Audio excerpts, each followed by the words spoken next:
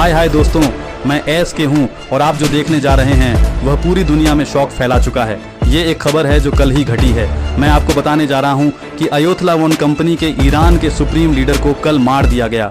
ये हमला अमेरिका और इजराइल ने मिलकर किया था, जिसमें एक व्यक्ति की हत्या कर दी गई। ये क्यों हुआ, ये बात आपको बताने जा रहा हूँ क्योंकि आपको ये जानना ज़रूरी है। ये लोग न्यूक्लियर एनरिचमेंट यानी न्यूक्लियर हथियार तैयार कर रहे हैं, ऐसा कहकर इजराइल लगातार इन पर शिकायत करता रहा। इसके जवाब में अमेरिका ने 2 वॉरशिप भेजकर इन्हें चेतावनी दी थी कि आप बातचीत के लिए टेबल पर आइए, वार्ता कीजिए। लेकिन इस पर अयोध्या ने बिल्कुल भी सहमति नहीं दी। उन्होंने कहा कि हम यह यूरेनियम अपने व्यक्तिगत इस्तेमाल के लिए ही उपयोग कर रहे हैं, यानी हम इसे सिर्फ आधिकारिक रूप से खोजबीन करने और ज़रूरी सामग्री के तौर पर ही इस्तेमाल कर रहे हैं, ऐसा उन्होंने कहा। वे कहते हैं कि अगर हम न्यूक्लियर हथियार बनाते भी हैं तो किस देश पर इस्तेमाल करेंगे, लेकिन असल में उन्होंने न्यूक्लियर हथियार तैयार कर लिए थे।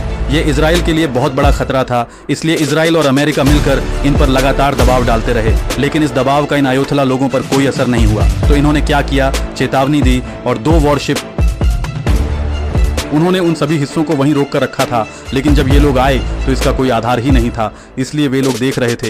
एक सीक्रेट ऑन ऑपरेशन की योजना बनाई गई, जिसमें अमेरिका और इजराइल दोनों ने मिलकर इस अयोध्या रॉयल ऑनियल कंपनी के मालिक के घर पर हमला किया। जब वह अपने घर में थे, उन्होंने उन्हें मार डाला। इसमें सिर्फ वही नहीं मरे, बल्कि उनके साथ उनकी बेटी, दामाद और पोता भी मारे गए।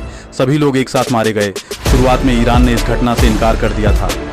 अब वे भी आकर आधिकारिक रूप से उस देश ने घोषणा कर दी है, यानी हमारे सुप्रीम लीडर अब नहीं रहे। उनकी सत्ता लगभग 36 साल से चल रही थी। देखिए, उस देश में बहुत से लोगों के लिए यह दुखद है, लेकिन उतने ही लोगों के लिए यह खुशी की बात भी नहीं है, क्योंकि उस देश की आधी जनता इस घटना का जश्न मना रही है। उनका कहना है कि हमारी यह कठिन शासन व्यवस्था अब खत्म हो गई है, हमें आज़ादी मिल गई है। एक समूह लोग जश्न मना रहे हैं, वहीं दूसरी ओर कुछ लोग बहुत दुखी हैं। इसके बाद लगभग 40 दिन का शोक दिवस घोषित किया गया है। देखिए दोस्तों, ये पूरी दुनिया के लिए एक झटका है, क्योंकि अमेरिका ने भी उन्हें चेतावनी दी थी, लेकिन उन्होंने नहीं सुना। इसी वजह से अब पूरी दुनिया में यह एक बड़ा झटका बन गया है। कई देशों में हड़तालें हो रही हैं। भारत में भी, खासकर कश्मीर क्षेत्र में कई मुस्लिम लोग इसका विरोध कर रहे हैं, क्योंकि रमजान के पवित्र महीने में इस तरह की घटना हुई है। इस बात से वे बहुत नाराज हैं। तो आप इस बारे में क्या सोचते हैं, कमेंट करना ना भूलें। कितने लोगों को यह वीडियो पसंद आया है, सब्सक्राइब कर लीजिए और हमारे चैनल को फॉलो करते रहिए, ताकि आपको आगे आने वाले वीडियो भी मिलते रहें दोस्तों।